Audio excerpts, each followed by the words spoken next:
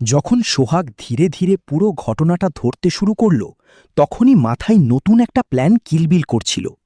ঠিক সেই সময়েই বিষ্টু এসে জানায় সূর্য আবার মুকেশের থেকে অনেকগুলো মদের বোতল অর্ডার করেছে, আর সব বোতল যাবে বিবেকদের বাড়িতে।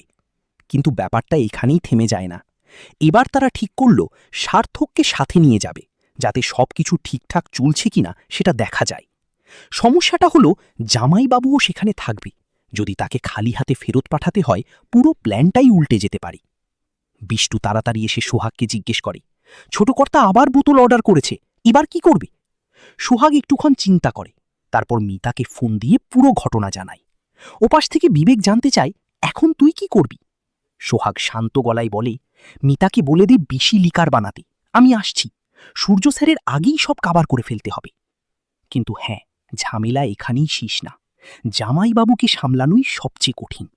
প্ল্যান হলো যেভাবেই হোক তাকে নেশায় ফেলা লাগবে। এদিকে তিয়াশা এসে হাজির। সোহাগ অবাক হয়ে জিজ্ঞেস করে, তুমি এখানে কি করছো?